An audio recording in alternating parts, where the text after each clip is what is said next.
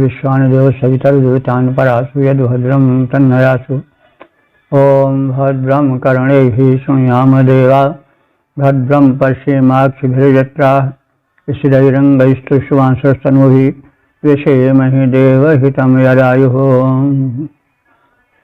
वेद प्रेमियों, सुधी श्रोताओं, संप्रति हम सब ऋग्वेद के सप्तम मंडल के 31वें सूक्त के 7वें मंत्र की व्याख्या में प्रवेश करने जा रहे हैं।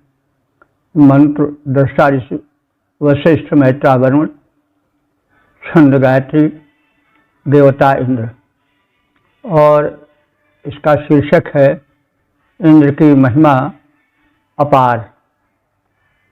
अब संबंधित मंत्र का सर्वप्रथम सस्वर पाठ हो जाए। महान् उदासीनस्य देवस्पधावरेशः मम्नाते इंद्र रोदसी। इस 7वें मंत्र में इंद्र की महिमा अपार है, उसका पार नहीं पाया जा सकता है, इस तथ्य को उजागर किया गया है। इंद्र है सर्वस्वामिन परमात्मन इंद्र देवता, महान असि, तुम महान हो, क्योंकि ते सह तेरे बल को, सह का अर्थ होता है बल, और सह जो अव्यय के रूप में है जिसमें सहयोगी तृतीया होती है, इसको नहीं समझना चाहिए। वैदिक कोश में सह का अर्थ बल लिया गया है,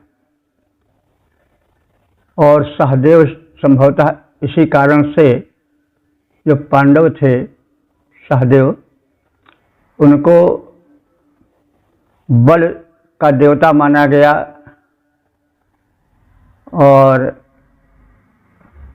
इसीलिए या बल का दिव्य स्रोत माना गया या परम बली माना गया, इसलिए सहदेव कहा गया, या देवताओं का बल उनमें है यह कहा गया। तो सह का अर्थ बल होता है, वैदिक संस्कृत में इसका विशिष्ट प्रयोग है। तो हे इंद्रदेव, तुम्हारा बल अपार है, और तुम्हारे बल को, उसको मनुष्य ही नहीं वरन रोदसी मन्नते या अनुमन्नते। रोदसी कहते हैं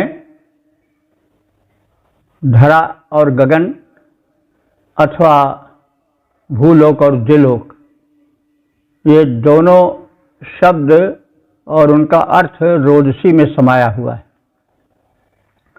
संस्कृत में कुछ ऐसे शब्द हैं जो एक हैं लेकिन उनमें दो अर्थ हैं, जैसे दंपति।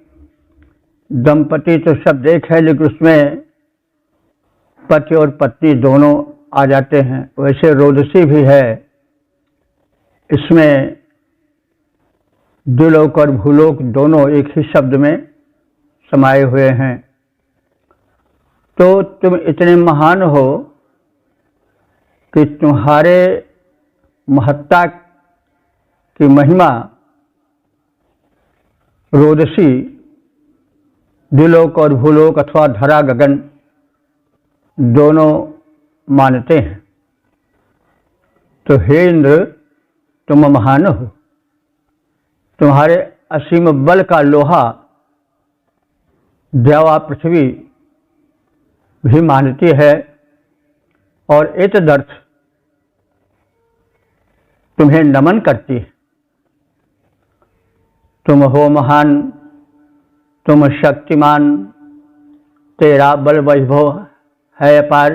हे इंद्र, तुम हो महान, तुम शक्तिमान, तेरा बल वैभव है अपार, झुकते अवनि अंबर दोनों, लख कर तेरा महिमा प्रसार।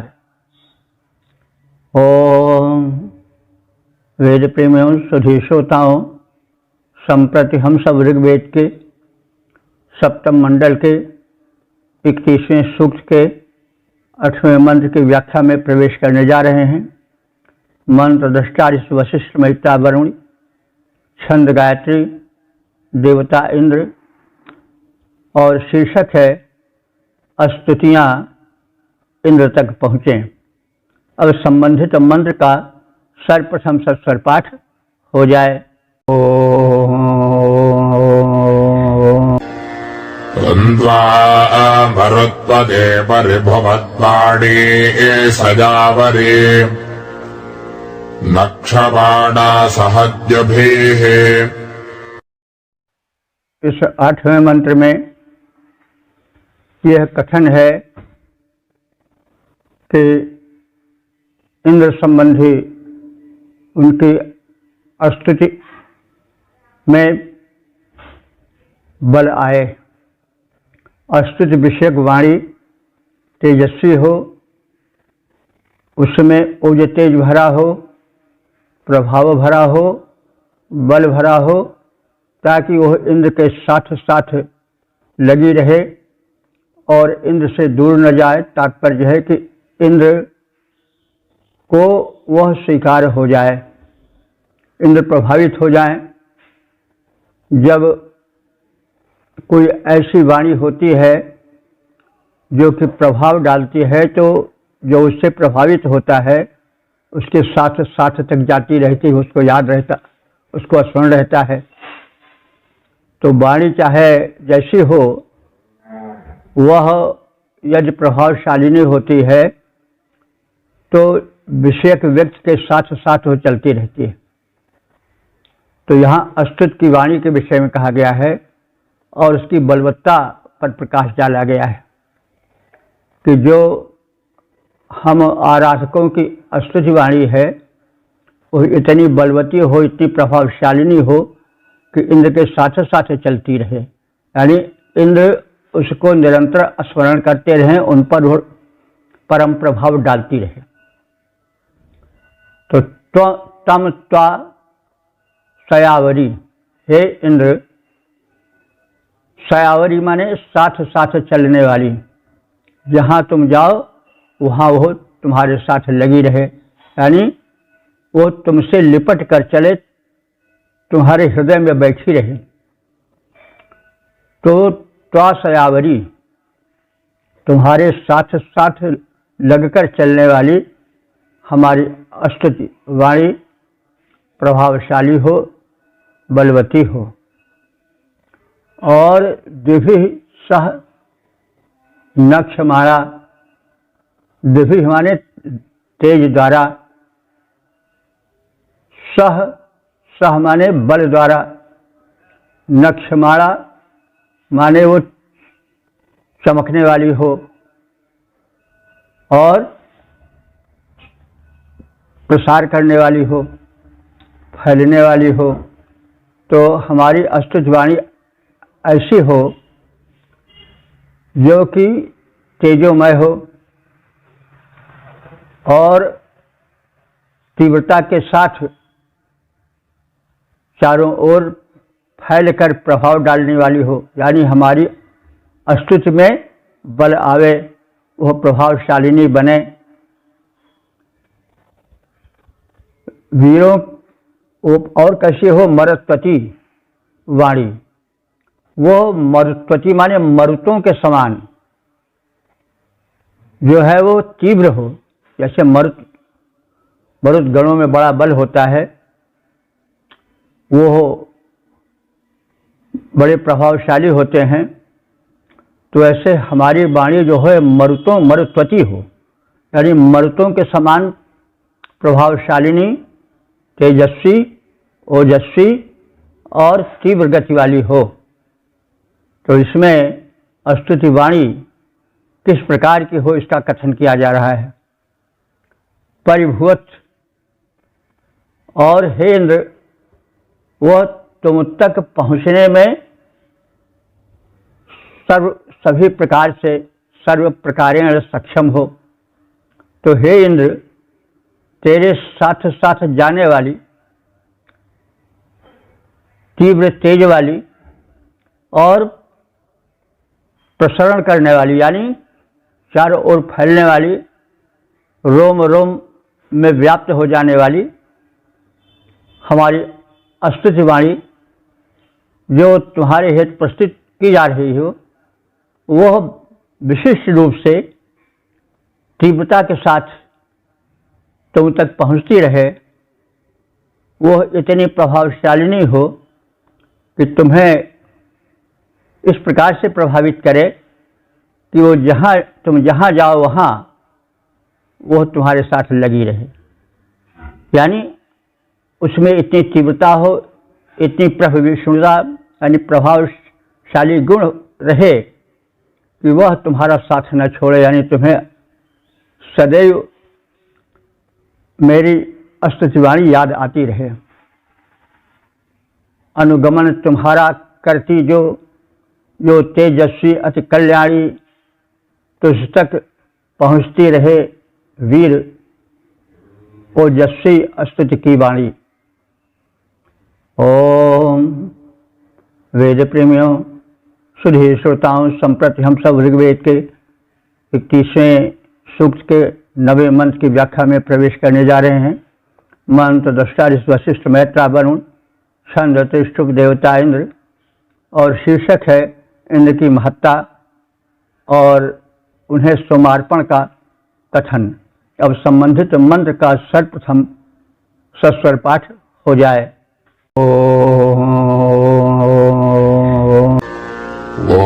ऊर्ध्वासस्त्वान् विन्दवो भुवन्दस्पवपद्यवे सन्तेन मन्दघृष्टयाः। इस 90वें मंत्र में इंद्र की महत्ता का कथन है और यज्ञ में आने हेतु उन्हें शीघ्रता करने का कथन है। और वे शीघ्र आवे इसलिए कि सोमरस विधिवत तैयार होने वाला है, क्योंकि इंद्र को सोमरस अत्यंत प्रिय है। वो सोमयज्ञ में सोमरस के शीघ्र ही तैयार होने के कथन के माध्यम से यह कहा जा रहा है कि हे इंद्र, तुम्हें आने में विलंब नहीं करना चाहिए। भले तुम इस समय द्विलोक में हो, बहुत दूर हो हमसे, लेकिन शीघ्र आओ, क्योंकि यज्ञ सोम यज्ञ में सोमरस जो तुम्हें अत्यंत प्रिय है वह तैयार हो रहा है और लगभग तैयार हो चुका है।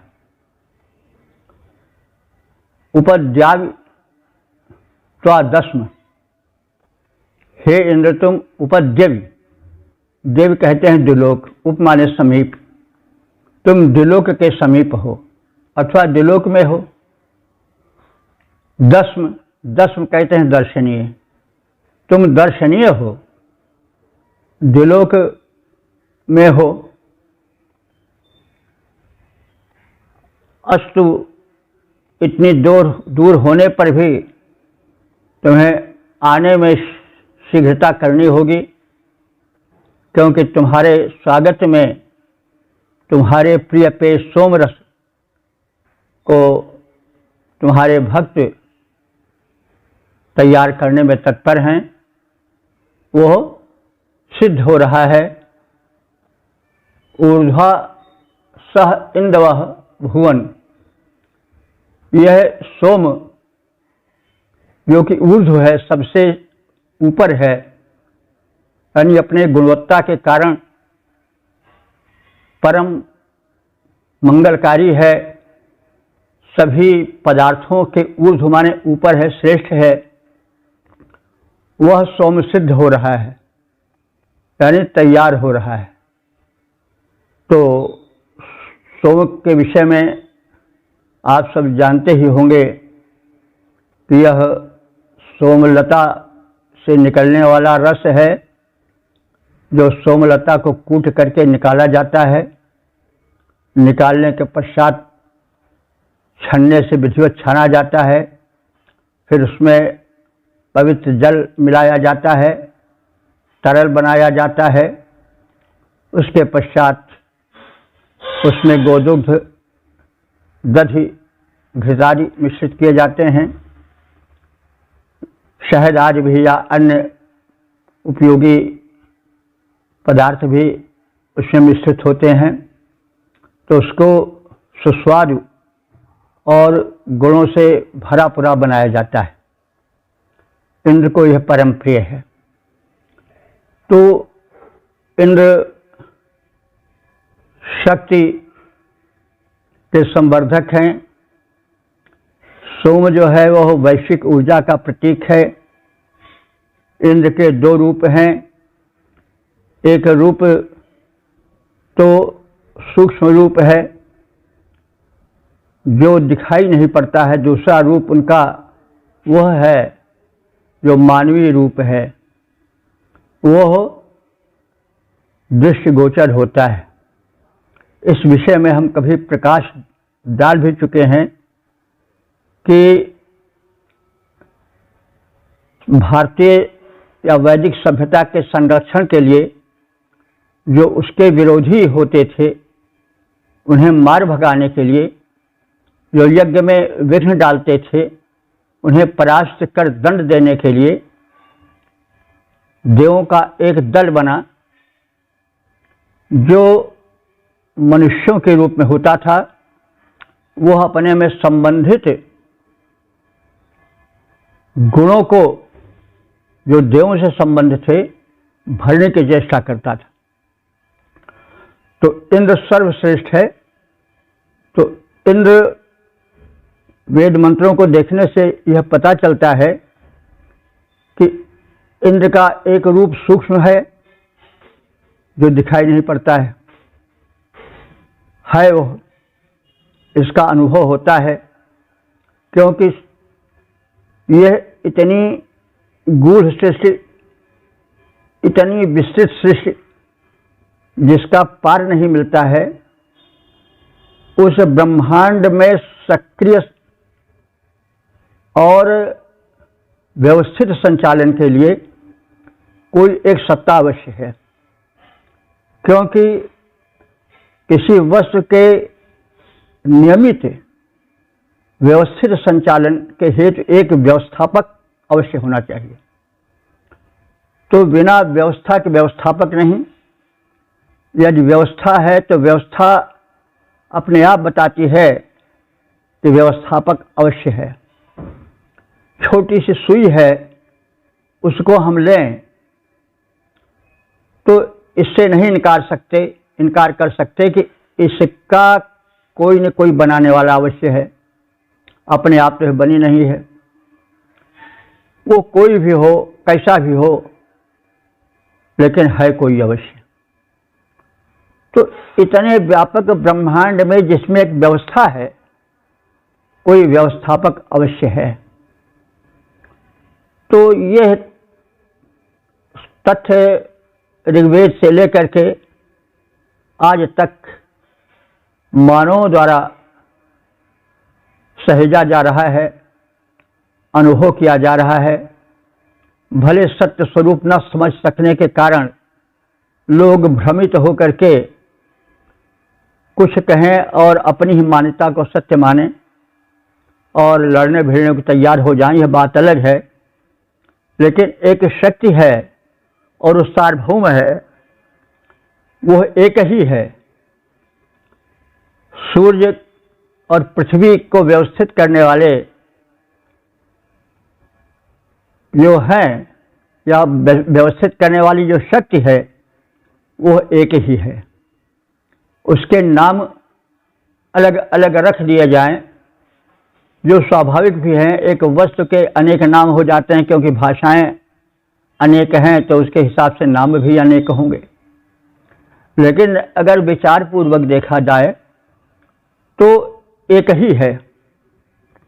और वो एक होती है भी अनेक ही, बात अलग है, लेकिन अनेकता में एकता उसी के आधार पर सृष्टि में भी है।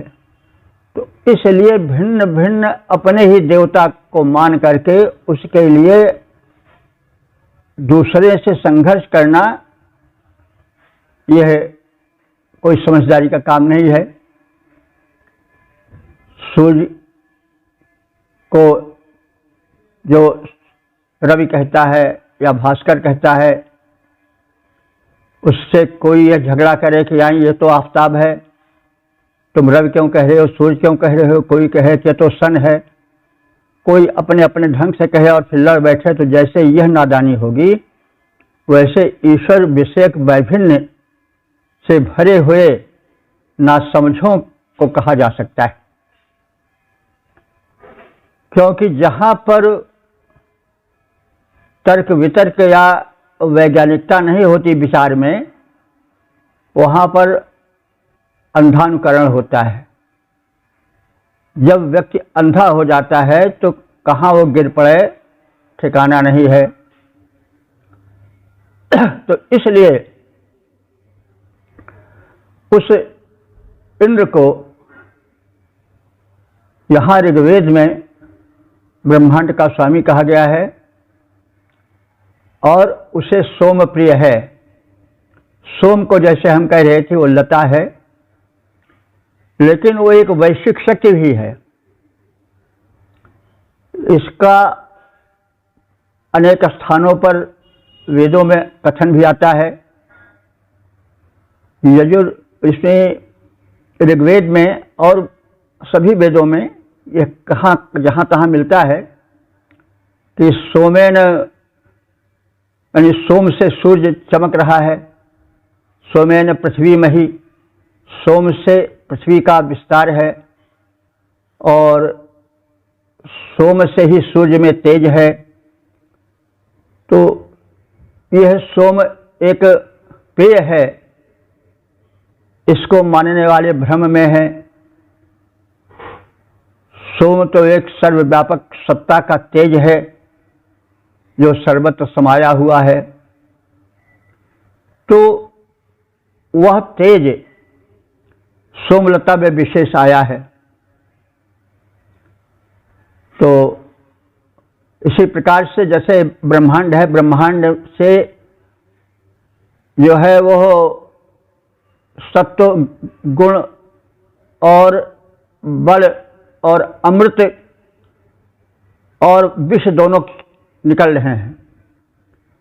तो कुछ लताएं या कुछ प्राणी हैं जो कि उस सत्व को खींच ले रहे हैं, कुछ व्यक्ति और प्राणी या पेड़ पौधे ऐसे हैं जो उस जहर को खींच ले रहे हैं।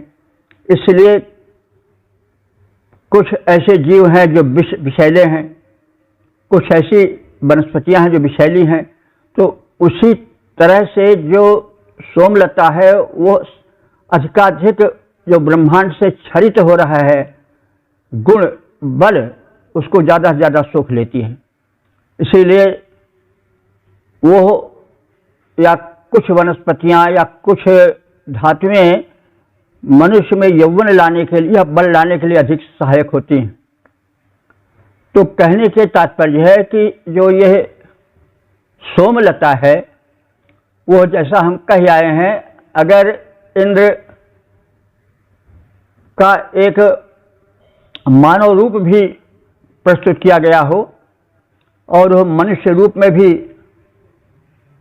एक स्थान पर उसको नाम दे करके मान्यता प्राप्त हो, उसके आज्ञा को माना जाए, तो उसे यह वानस्पतिक सोमरस देना चाहिए ताकि वह अधिक बलवान बने। अगर उसको परमार्थ सत्ता माना जाए जो सूक्ष्मतम सूक्ष्म है, जिसको पकड़ा नहीं जा सकता, जिसको देखा नहीं जा सकता, तो उसके लिए जो यह वैश्विक ऊर्जा है उस अर्थ में सोम को लेना चाहिए। तो सोम से ही सौम्य भी बना है। सोम का शब्दकोशिक अर्थ अमृत भी है। तो यह वह पेय है जो बलवर्धक है, जो कि पुष्टिकारक है, ऊर्जावर्धक है। वह ऊर्जा जहाँ तहाँ फैली हुई है, लेकिन इंद्र जो है वह उस ऊर्जा का स्वामी है, उस ऊर्जा का कारण है, और वही ऊर्जा चारों ओर सूर्य में, पवन में और अन्य शक्तियों में, अन्य पदार्थों में समाई हुई है। तो इंद्र को सोम इसीलिए प्रिय है कि शक्तिमान शक्ति ही से संचालित होता है। शक्ति ना रहे तो शक्तिमान का अस्तित्व या उसकी महत्ता नहीं रह सकती है। तो इस प्रकार से सोम का हम व्यापक अर्थ लें, और वैदिक ऋषि इसीलिए सोम को सर्वाधिक श्रेष्ठ मानता है, और उस वैश्विक ऊर्जा से आकर्षित होकर के उसको ग्रहण करने का ध्यान के द्वारा ग्रहण किया जाए, अथवा ऐसे पदार्थों को ग्रहण किया जाए जिसमें सोम के गुण समाये हुए हों, तो इनका संदेश देता है। तो वेद मंत्रों के अध्ययन जैसा प्रतीत होता है। इसके व्याख्या की आवश्यकता इसलिए है कि मनुष्य एक बंधी हुई अर्थ में न चला जाए, उसके भीतर क्या संदेश है उसको जाने। तो यह कहा जा रहा है मंत्र में कि हे इंद्र, तुमको सोम अधिक प्रिय है, और हम अपने इस यज्ञ में तुम्हारे लिए वानस्पतिक सोमरस को तैयार कर रहे हैं। वह जो है वो शोधित हो रहा है, परिष्कृत हो रहा है। अब भले आप दूर दिलोक में हैं, लेकिन विलंब न करें और हमारे इस यज्ञ में आवें। कृष्याते समनमनते, हम तुम्हारी प्रजाएं हैं।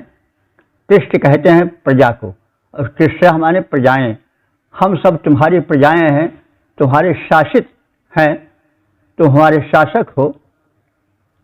समनमनते, हम तुम्हें श्रद्धापूर्वक, नमन पूर्वक तुम्हें जो है बुला रहे हैं, तुम्हारे स्वागत को तत्पर हैं।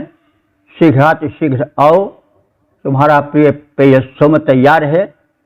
तुम दूर भले द्विलोक में हो, लेकिन आने में विलंब न करो। हे इंद्र, तुम स्वर्ग के समीप स्थित हो और दर्शनीय हो। तुम्हारे हेतु उत्कृष्टतम सोम तैयार हो रहा है, शोधित हो रहा है, परिष्कृत हो रहा है। प्रजाएं जो तुम्हारे द्वारा शासित हैं, जो तुम्हारा दर्शन चाहती हैं, हे दर्शनीय इंद्र, तुम आओ, और ये प्रजाएं, ये उपासक तुम्हें नमन करके पुकार रहे हैं, बुला रहे हैं। हे इंद्र, स्वर्ग सम सुखप्रद हो दर्शनीय, अतिशय शोभन तैयार तुम्हारे हेतु सोम है, प्रजा वर्ग कर रहा नमन। ओम वेद प्रेमियों, सुधे श्रोताओं, संप्रति हम सब ऋग्वेद के सप्तम मंडल के 31वें सूक्त के 10वें मंत्र की व्याख्या में प्रवेश करने जा रहे हैं। मंत्र दृष्टा ऋषि वशिष्ठ, मैत्रा वरुण, छंद विराट, देवता इंद्र। शीर्षक है यज्ञ की महिमा और सोम का आवाहन। अब संबंधित मंत्र का सर्वप्रथम सस्वर पाठ हो जाए। प्रभो महे महिवृधे भरध्वं व्रजे दशे प्रसपतिं गृणध्वम् विशः पूर्वेः प्रचराजरषडिप्राः। इस 10वें मंत्र में यह कथित है कि सोम यज्ञ हो रहा है। सोम यज्ञ में सोम की प्रधानता होती है, और सोम इंद्र को परम प्रिय है। तो इन बातों का ध्यान रख करके तुम इंद्र का आवाहन करो, और सोम रस उसे सप्रेम में पिलाओ, ताकि वो सुतृप्त हो जाए। और इंद्र से भी प्रार्थना की गई है कि हे इंद्र देवता, तुम सोम रस का भरपेट पान करके प्रजाओं पर अपनी कृपा दृष्टि करो और उसके मनोरथों को पूरा करो, क्योंकि तुम प्रजाओं के स्वामी हो। तो इस प्रकार से एक और प्रजाओं से अर्थात जो यज्ञ में उपस्थित हैं उन लोगों से यह अनुरोध किया गया है कि वे सब मिल करके शीघ्रातिशीघ्र सोमरस को तैयार करें, इंद्र को भरपेट सोमरस दें, स्तुति करें ताकि इंद्र प्रसन्न हो। और दूसरी ओर इंद्र से प्रार्थना की जा रही है कि आप स्वागत में आतुर प्रजा वर्ग से प्रेम करो, कृपा दृष्टि अपनी उनकी ओर दौड़ाओ और उनके मनोरथों को पूरा करो और उनमें मंगल संचार करो। तो वह मही दृहो महि प्रभध्वम, हे मनुष्यों, तुम इंद्र को प्रार्थना के माध्यम से सोमरस पिलाने के द्वारा उस महान इंद्र को अधिक महान बलशाली बना दो और सोमरस से उसको भर दो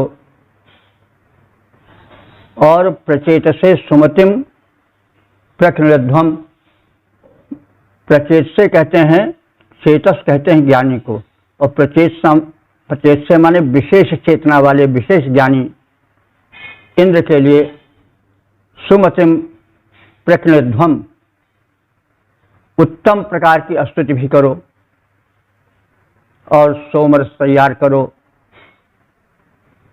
तो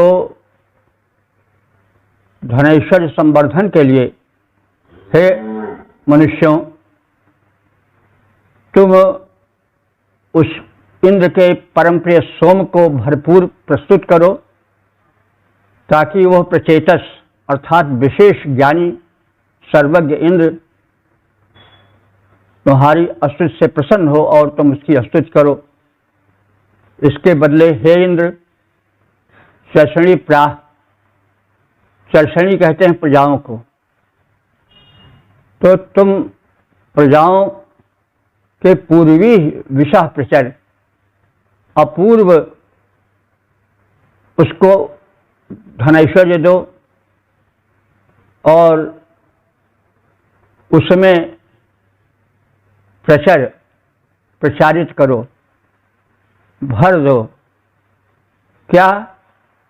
मनोरथ और मंगल। तो चर्षणी पूर्वी विषह प्रचर, चर्षणी माने प्रजा वर्ग, जो तुम्हारा उपासक है, तुम राजा हो और सब तो तुम्हारी प्रजा हैं, तो तुम अपने प्रजाओं में उनके मनोरथ पूर्ण करने वाले मंगल को उड़ेल दो, यानी मंगल का संचार करो। प्रचर माने प्रचारित करो। तो हे मनुष्यों, हे पुरुषार्थी मानो, तुम धन का संवर्धन करने वाले महान वीर इंद्र के लिए इस सोम यज्ञ में पर्याप्त सोमरस अर्पित करो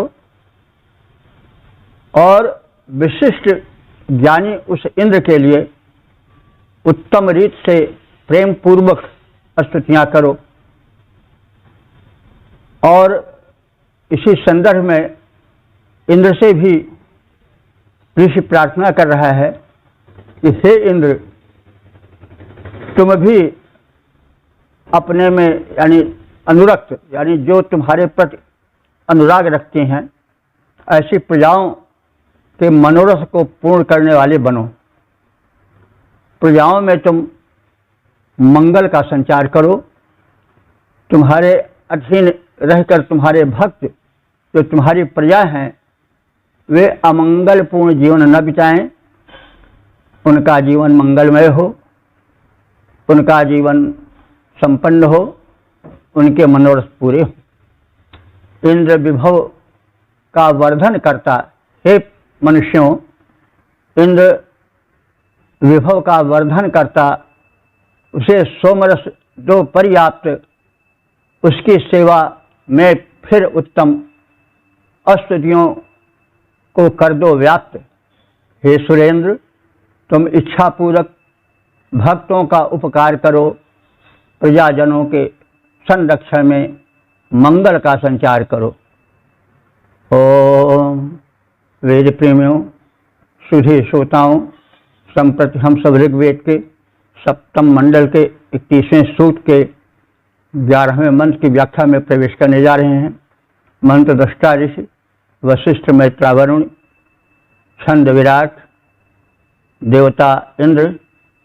शीर्षक है महान इंद्र की महिमा का कथन। अब संबंधित मंत्र का सर्वप्रथम सस्वर पाठ हो जाए।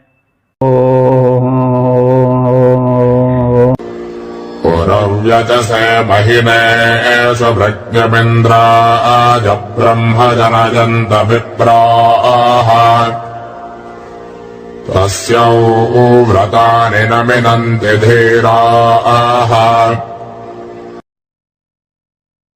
इस 11वें मंत्र में इंद्र की महत्ता बताई जा रही है और कहा जा रहा है कि इंद्र का आदेश अनुल्लंघनीय है। उसकी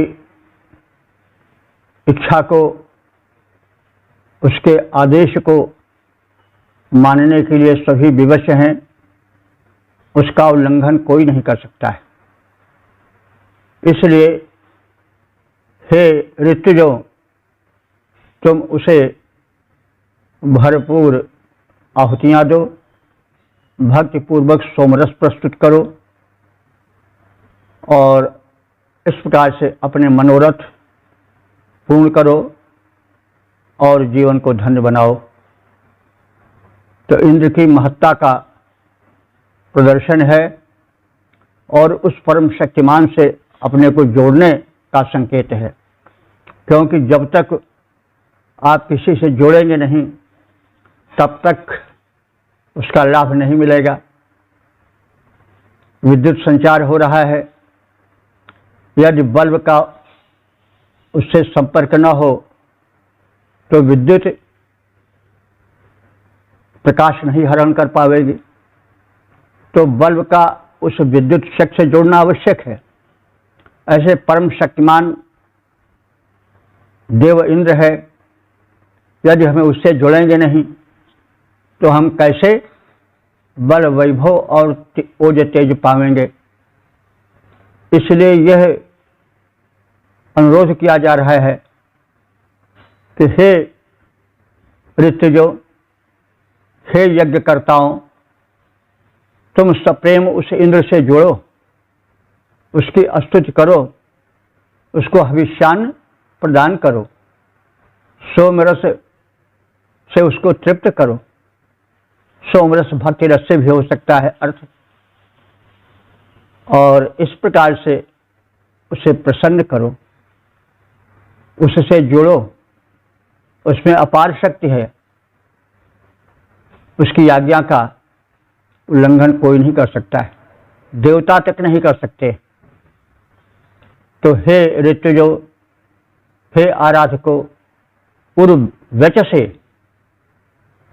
चारों ओर इंद्र का यश फैले, उसकी महत्ता से सब परिचित हों। तदर्थ तुम महीने इंद्राय सुवृत्तिम, उस महीने माने महान इंद्र देवता के लिए, सुवृत्तिम माने श्रेष्ठ स्तुति को प्रस्तुत करो। ब्रह्म विप्राह जयंत, जो विप्र माने ज्ञानी लोग हैं वो हविष्यान्न प्रस्तुत करें। तस्य व्रतानि धीरा न मिनंति, क्योंकि वह इंद्र इतना महान है कि उसके जो व्रत हैं उसके द्वारा जो नियम संचालित किए गए हैं, उसके द्वारा जो संरक्षण शक्ति है, उसको कोई रोक नहीं सकता है। देव शक्तियां भी नहीं रोक सकती हैं।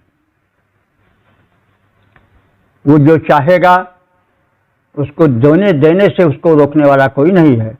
इसलिए तुम उसकी ओर आकर्षित हो, उससे जुड़ो, उसके यश का विस्तार करो, उसका स्वागत करो, उसको संतृप्त करो स्तुतियों से, आहुतियों से और सोमरस आज के प्रस्तुतिकरण से। क्योंकि तस्य व्रतानि धीरा न मिनन्ति, उसके जो व्रत हैं,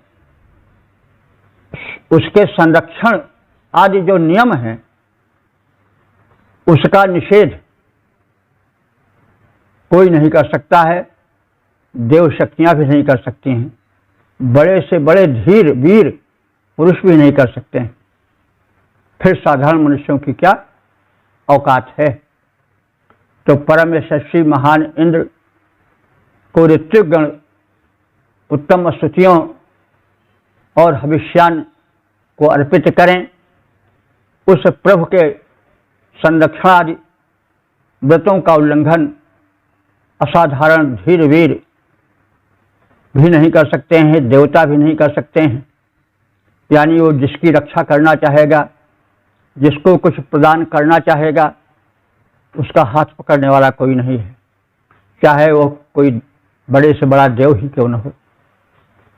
फिर साधारण व्यक्तियों की क्या बात है। यानी जो देना चाहेगा तो उसके देने को कोई नहीं रोक सकता है, बड़ी से बड़ी शक्तियां नहीं रोक सकती हैं। फिर मनुष्य कैसे रोक सकते हैं।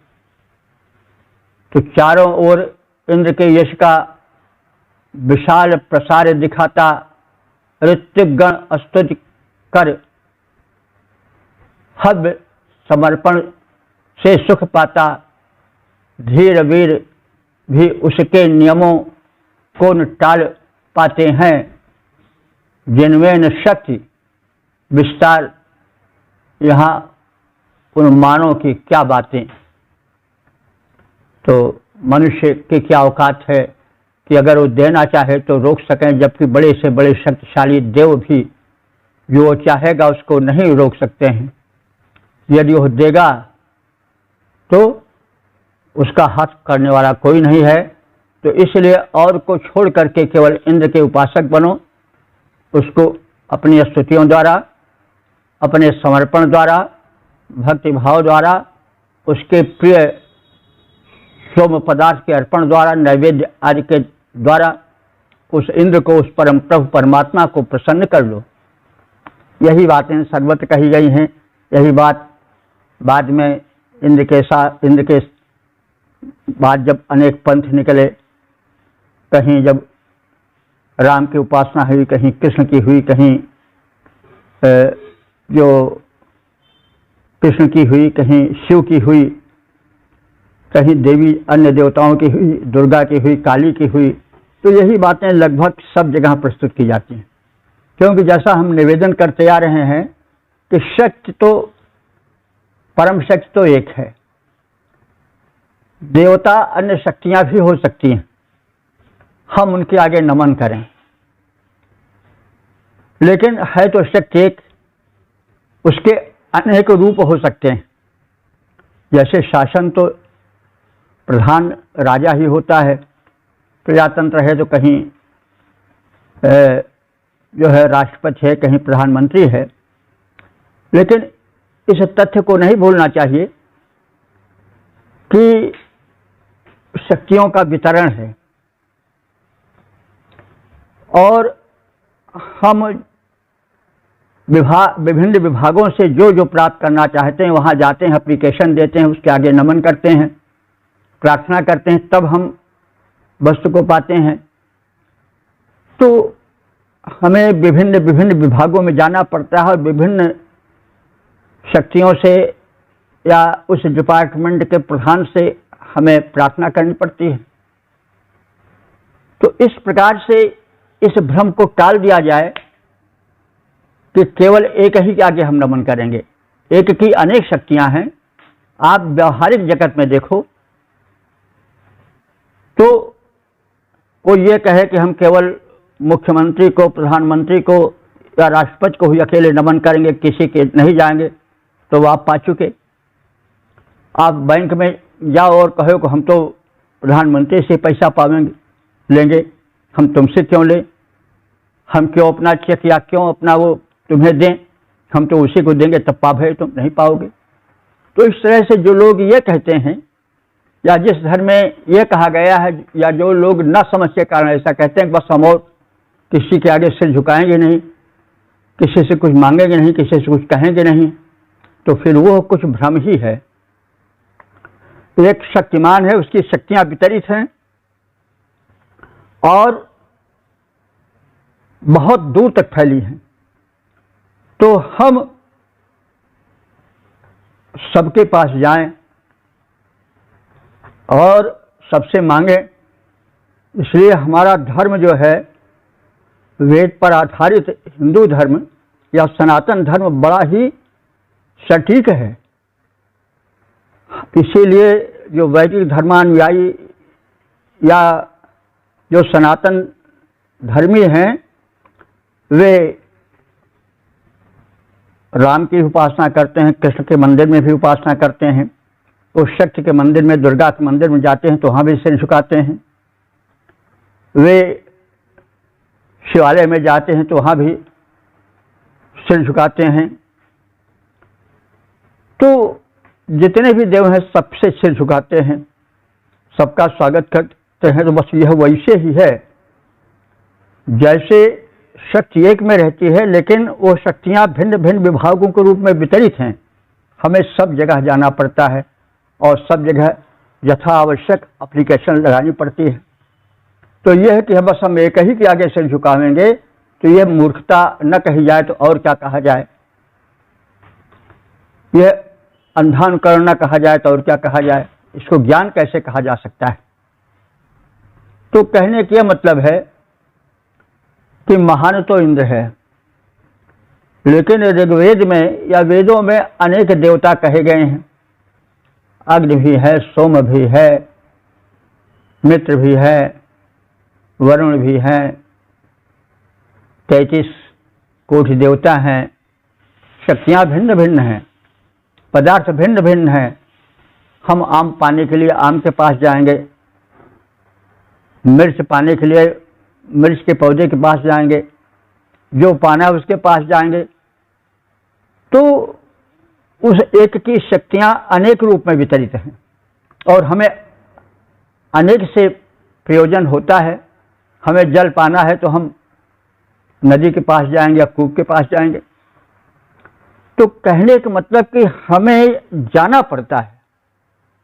और अगर हम यह सोचें कि बस हम ये कैसे पा जाएंगे, तो फिर बैठे रहो भाई अपनी जगह पर। तो इस मान्यता को, यह वैदिक मान्यता है। वैदिक मान्यता में उस दिव्य शक्ति, उस इंद्र की शक्ति को अनेक रूपों में वितरित किया गया है और जो अनेक देवों की उपासना है वो इसी मनोवैज्ञानिकता पर, इसी व्यावहारिकता पर आधारित है। तो वेदोखिलो धर्म मूलम, वेद सारे धर्मों के मूल हैं, सारी भावनाएं उसी से निकली हैं और जो वेद विरोधी है वो धर्म विरोधी है, इसमें दो मत नहीं है। विचार वही है।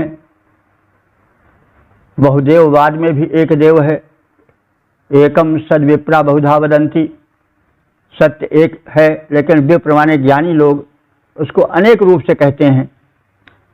कोई इंद्र कहता है, कोई वरुण कहता है, कोई मित्र कहता है, कोई कुछ कहता है, लेकिन शक्ति एक है। तो बड़ी स्पष्ट बात है। तो यही बात सत्य है और यह शिक्षा, यह ज्ञान वेदों के अध्ययन से प्राप्त हो सकता है। इसलिए लोग वेदाध्ययन करें।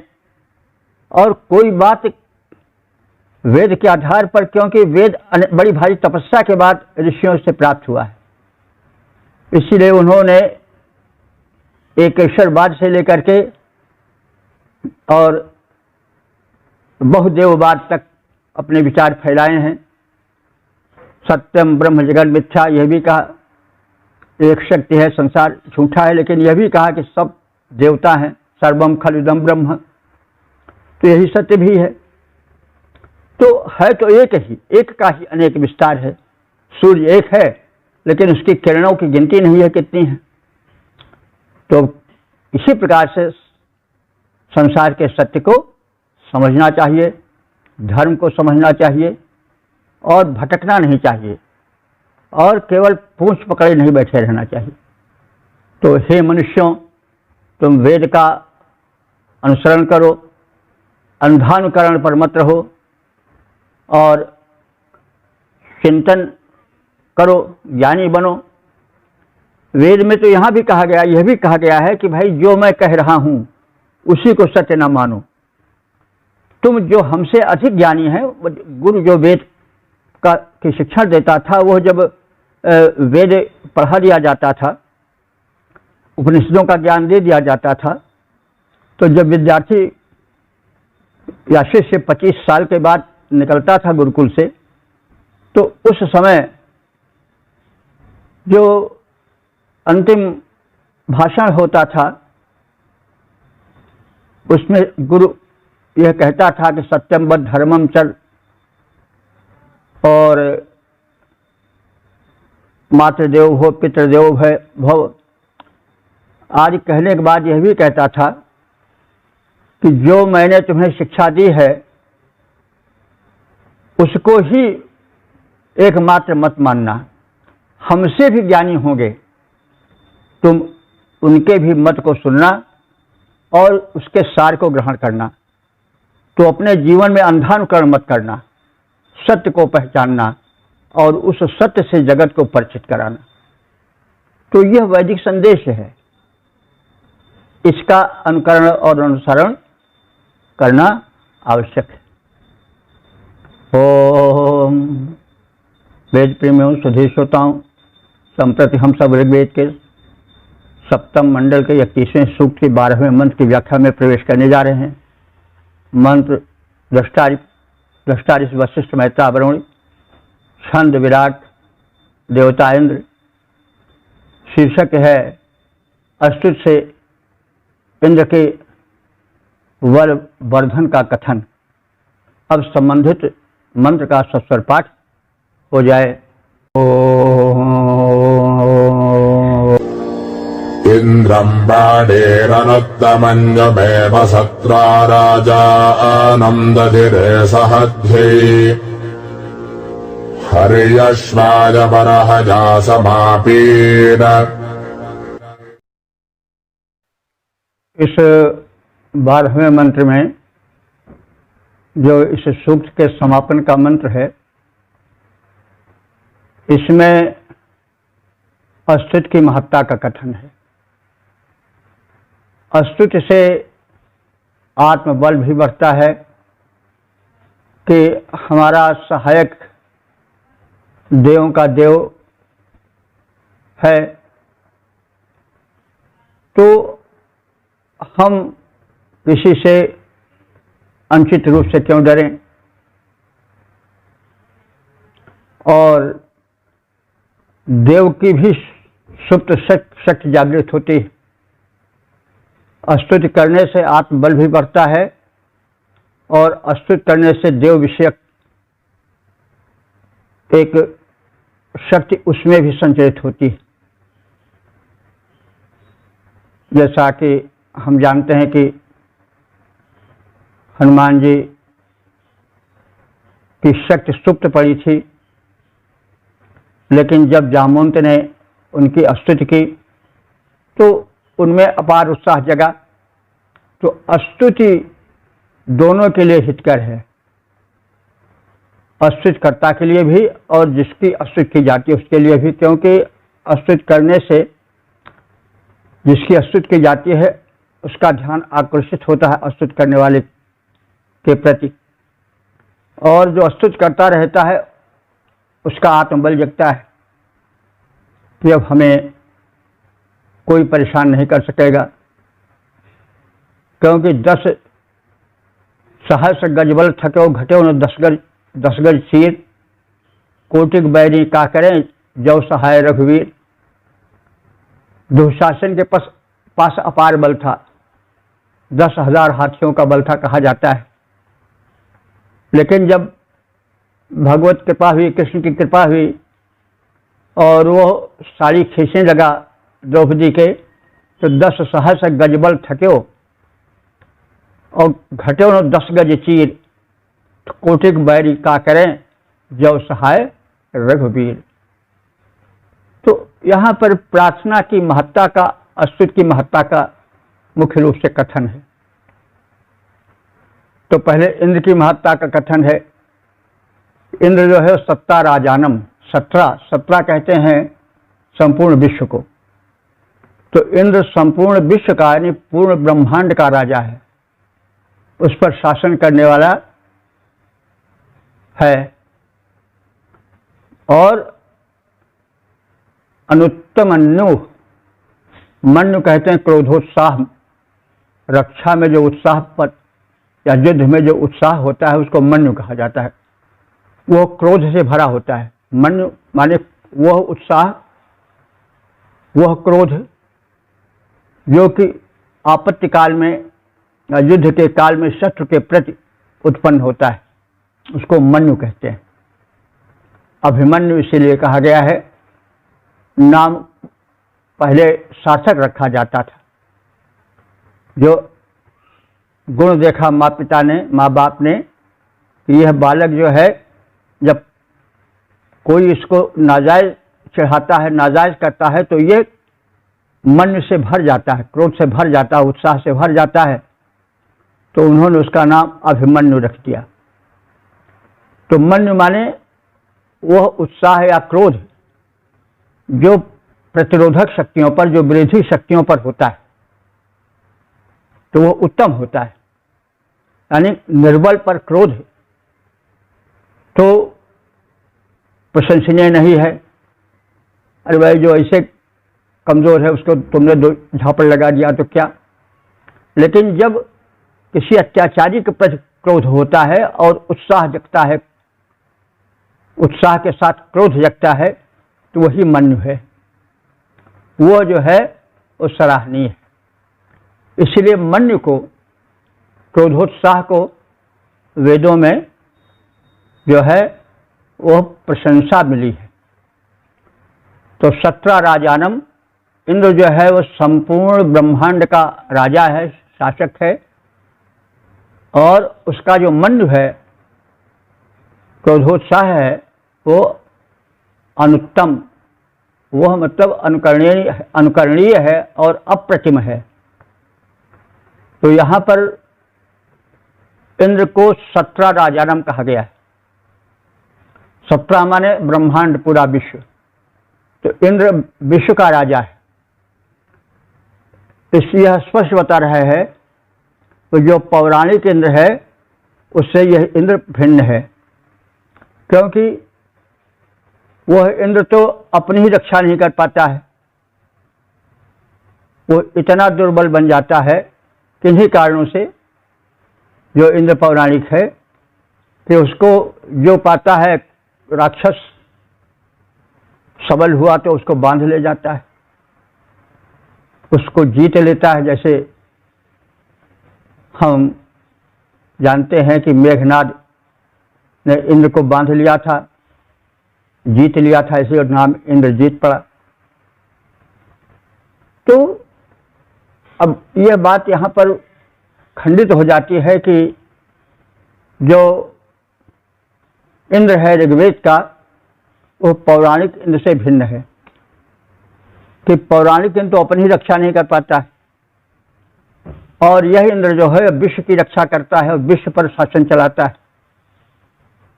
सूर्य नर मुनि सब उसके वश में है, उसको कोई जीतने की सोच भी नहीं सकता है। तो इंद्र जो है वह 17 राजानम, संपूर्ण विश्व का रक्षक और वह जो है स्वामी है। उसका जो मन्यु है, क्रोध है, वो अप्रतिम है। उससे किसी अन्य के क्रोध की उपमा दी ही नहीं जा सकती है। और उसका क्रोध जो है वो रोका भी नहीं जा सकता है, अप्रतिम है। काम में इसी गुण का अवतरण किया गया है, कालाग्नि सचता क्रोधे क्षमया पृथ्वी समः। तो अंत में हम कभी विचार करेंगे या कहेंगे, और आप भी विचार कर सकते हैं कि ऋग्वेद के इंद्र के जितने गुण हैं वो सब वाल्मीकि रामायण में राम के चरित्र में ला दिए गए हैं। राम में विलासिता नहीं थी, इंद्र में भी कहीं विलासिता नहीं है। वैदिक इंद्र में अब सराय नहीं उसको घेरे रहती, वो परम बलशाली है, परम नियमी है, शक्ति का पुंज है, उससे बढ़कर कोई नहीं है। तो इसलिए यह विचार रखना चाहिए, यह इंद्र जो है ऋग्वेद में जो वर्णित है वो पुराणों में वर्णित इंद्र से भिन्न है। तो कहा जा रहा है कि यह इंद्र 17 राजानम, संपूर्ण ब्रह्मांड पर शासन करने वाला है, उसका राजा है। उसका मन जो है, क्रोध जो है वह अप्रतिम है, कोई रोक नहीं सकता है। इंद्रम वाणी सहध्य दधिरे, इंद्र की प्रशंसा भरी अस्तुति की वाणी, सह माने बल, बल का वर्धन करती है। तो बल वर्धन करने का मतलब हुआ यह है कि जो आराध्य है उसमें बल है, लेकिन वह बल सुप्त पड़ा है। जब स्तुति की जाती है तो वह बल स्तुतिकर्ता के हेतु जाग उठता है। तो यही उसका बढ़ना हुआ, और इससे जो स्तुति करता है उसमें भी बल बढ़ता है। और वो कहता है कि तुम्हारी दया है तो दुश्मन से डर क्या, तुम्हारे गुलामों को खौफ व खतर क्या। तुम्हारी दया है तो दुश्मन से डर क्या, तुम्हारे गुलामों को खौफ व खतर क्या। तो इस प्रकार से जो सच्ची स्तुति होती है वो देवता विशेष का बलवर्धन करती है। बलवर्धन का मतलब उसके सुप्त बल को जगा कर बढ़ाती है, और साथ ही साथ आत्मबल का भी विस्तार करती है। इसको हम देख चुके हैं, आज से 400-500 साल पहले मीरा हुई थी। मीरा की भक्ति मीरा की भक्ति कृष्ण के प्रति अप्रतिम थी। ये तो ऐतिहासिक बात है। उनको विष पिलाया गया, विष का प्रभाव नहीं हुआ, उन्होंने उसको प्रसाद मानकर पी लिया। और उन्हें नाग से डसाया गया, लेकिन उसका विष नहीं गया, क्यों? उनको अटल विश्वास था कि जो हमारा रक्षक है वो सबसे श्रेष्ठ है, और उसके रक्षित का, उसके संरक्षित का बाल बांका नहीं हो सकता। तो इस प्रकार से इंद्रम वाणी सहध्य दधिरे, इंद्र विषय जो स्तुति वाणी निकलती है वह बलवर्धन करती है उस इष्ट का, इंद्र का भी, और साथ ही साथ जो स्तुति करता है उसका भी आत्मबल जगाती है।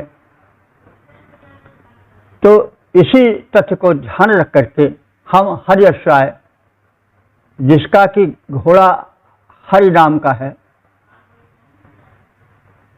उसकी प्रार्थना करते हैं। और अपीन संबर है,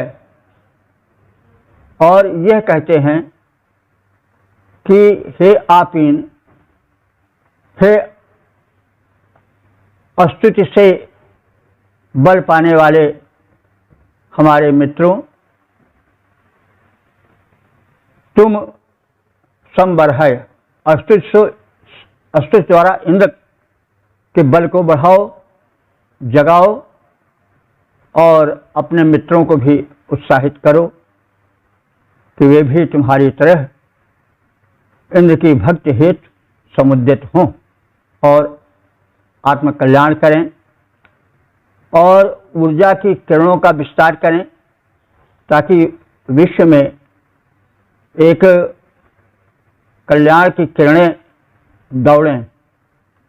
क्योंकि जब मनुष्य किसी सत्य को नहीं मानता है तो उसका वो जो है एक अनर्थ होता है और दोहरा फैलता है।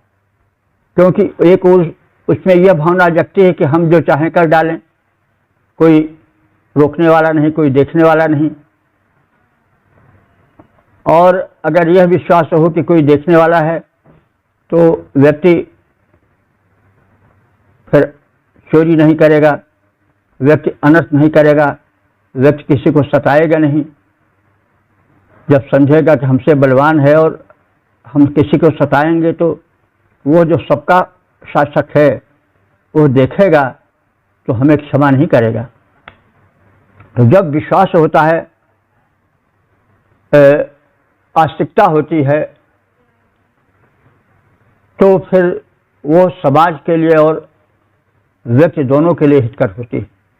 और जब नास्तिकता रहती है, हम ये समझते हैं कि क्या कोई देख थोड़े रहा है, करो मनमानी, तो फिर अनर्थ होता है। और जब हमें जाने कि कोई देख रहा है, कोई सबके ऊपर भी है, तो यह गलती ना हो। तो समाज में समरसता के लिए भी इंद्र जैसे की उपासना, इंद्र की उपासना या जो कोई भी देव है उसकी उपासना आवश्यक है, जो सार्वभौम हो, यह परम आवश्यक है। इसलिए सच्चे दिल से, सजीव भाव से मनुष्य को आस्तिक बनना चाहिए। क्योंकि जो सच्चा आस्तिक है, जिसका विश्वास जीवित विश्वास है, यानी हम कहने के तो सिर झुकाते हैं, लेकिन हमारा जो विश्वास है वो जीवित विश्वास नहीं रहता। तो जीवित विश्वास और जीवित उत्साह होना चाहिए। ऐसा करने से आत्म कल्याण भी होगा, समाज का कल्याण भी होगा। हम जब ये सोचेंगे कि हमारे ऊपर भी कोई है, हमको इसका दंड मिलेगा या पुरस्कार मिलेगा, तो फिर हम इस बात को सोच करके दुष्कर्म से बचेंगे और सत्कर्म की ओर आकर्षित होंगे। तो संपूर्ण विश्व के स्वामी इंद्र का उत्साह अप्रतिम है। उसका क्रोध जो है वो न रोका जा सकता है और उसकी कृपा भी नहीं रोकी जा सकती। इंद्र की स्तुतियाँ उसका बलवर्धन करती हैं और उसके साथ साथ जो स्तुति करता है उसमें आत्मबल का वर्धन होता है। हे स्तुति करताओ, तुम सब अश्वों वाले इंद्र की स्तुति करो और सभी मित्रों को बताओ कि उनको प्रेरित करो कि वे भी उस परमपिता परमात्मा की, इंद्र की अथवा उस परम सत्ता की उपासना करें और स्तुति कर्म से अपने को जोड़ें। इंद्र विश्व का स्वामी, उसका है उत्साह अथाह। इंद्र विश्व का स्वामी, उसका है उत्साह अथाह, अद्वितीय है मित्रों उसके बल का विपुल प्रवाह। स्तुतियों से बलवर्धन होता सुरेंद्र का जानो, स्वजनों को स्तुति हित प्रेरित कर दो, कहना मानो। तो इस प्रकार से हमने ऋग्वेद के 7वें मंडल के 21वें सूक्त के 12 मंत्र का संक्षिप्त ज्ञान प्राप्त किया। अब तक के जो मंत्र व्याख्यायित हो चुके हैं उनकी संख्या हो चुकी है 5398। यह परमात्मा की कृपा है कि वेद वाणी जो कि ईश्वर वाणी है उसका हम लोग ज्ञान प्राप्त किए और वेद कथित मार्ग की ओर हम लोग बढ़ें। और इसका सारांश तो हम जानते ही हैं कि इंद्र की महत्ता का कथन है और इंद्र से सुरक्षा है तो प्रार्थना है, तो हम अपने जीवन को प्रार्थना में बना लें। प्रार्थना का बड़ा महत्व है, सभी धर्मों में प्रार्थना का कथन है। और देखा जाए तो सबसे प्राचीन धर्म वेद का धर्म है, और वेदो खिलो धर्म मूलम, यहीं से तमाम धर्म निकले हैं। वे अपने को अलग माने वह बात अलग है, लेकिन है सब वेद का ही प्रचार प्रसार, उसी की शाखाएं प्रशाखाएं भिन्न भिन्न रूपों में निकली हैं। तो इंद्र जो है वो संपूर्ण ब्रह्मांड का स्वामी है। जैसा कहा गया है कि यह इंद्र वह इंद्र नहीं है जो कि पुराणों में है, जिसको कि कोई भी बढ़ा चाहा राक्षस जीत कर वश में कर लेता है। तो यह इंद्र तो ऐसा है, वही तो कि भृकुट विलास सृष्टि लय हुई, उसकी जहाँ भृकुटी चढ़ी तहाँ पूरी सृष्टि पूरा ब्रह्मांड नष्ट हो जाता है। तो यह इंद्र वही इंद्र है। अब उसको कहीं राम के रूप में देखा गया, तो यह तो रामचरितमानस का कथन है कि जास विलास भृकुट विलास सृष्टि लय हुई, सपने संकट पड़े के सोई। जिसके भृकुट की टेढ़ी हो जाने पर संसार नष्ट हो जाता है, उस पर संकट नहीं पड़ सकता है। यह लक्ष्मण का कथन है। सीता ने जब यह बात कही लक्ष्मण से कि देखो तुम्हारे भाई पर संकट है, कोई आर्त स्वर में राम कह रहा है, वो मारीच वाला प्रसंग है। तो जब हिरण मायावी बनकर हिरण आया था तो राम ने उस खदेड़ा अंत में उसको मारा, तो राक्षस रूप में ही, और कपट से पहले उसने राम राम कहा ताकि उसकी मुक्ति हो जाए। बाद में फिर बड़े ऊंचे स्वर में आर्त स्वर में लक्ष्मण कहा। सीता को आभास हुआ कि राम संकट में पड़ गए, इसीलिए पुकार रहे हैं लक्ष्मण लक्ष्मण। तो उन्होंने कहा जाओ।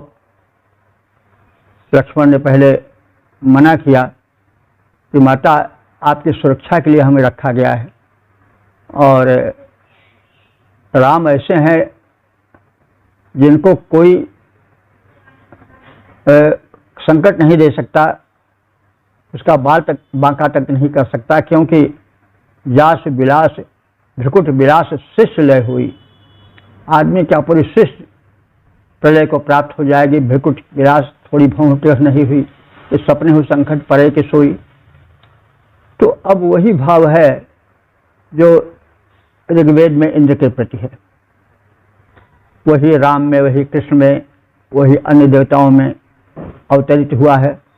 तो है तो एक ही दाता, एक राम भिखारी, सारी दुनिया शक्ति एक है। उसका प्रारूप जो है वह बटा हुआ है। जैसे परम शक्ति तो रहती है राजा या सम्राट या शासक, बादशाह, कोई भी कहो उसको, उसके हाथ में, लेकिन उस शक्ति विभक्त रहती है और हमें संबंधित के पास जाना पड़ता है। सीधे राजा के पास या सीधे प्रधानमंत्री के पास नहीं जाना पड़ता है। तो इसी प्रकार से देवताओं का भी विभाजन है। तो है तो शक्ति एक, लेकिन वो शक्ति बटी हुई है जो कि उसी मुख्य शक्ति से संबंधित है। तो इसलिए जो हठ करते हैं उनको विचार पूर्वक इस हठ से दूर रहना चाहिए। तो अब इस विनय के साथ, निवेदन के साथ हम अपने वाणी को विराम देते हैं। ओम सर्वे भवन्तु सुखिनः, सर्वे सन्तु निरामयाः, सर्वे भद्राणि पश्यन्तु, मा कश्चित् दुःखभाग् भवेत्।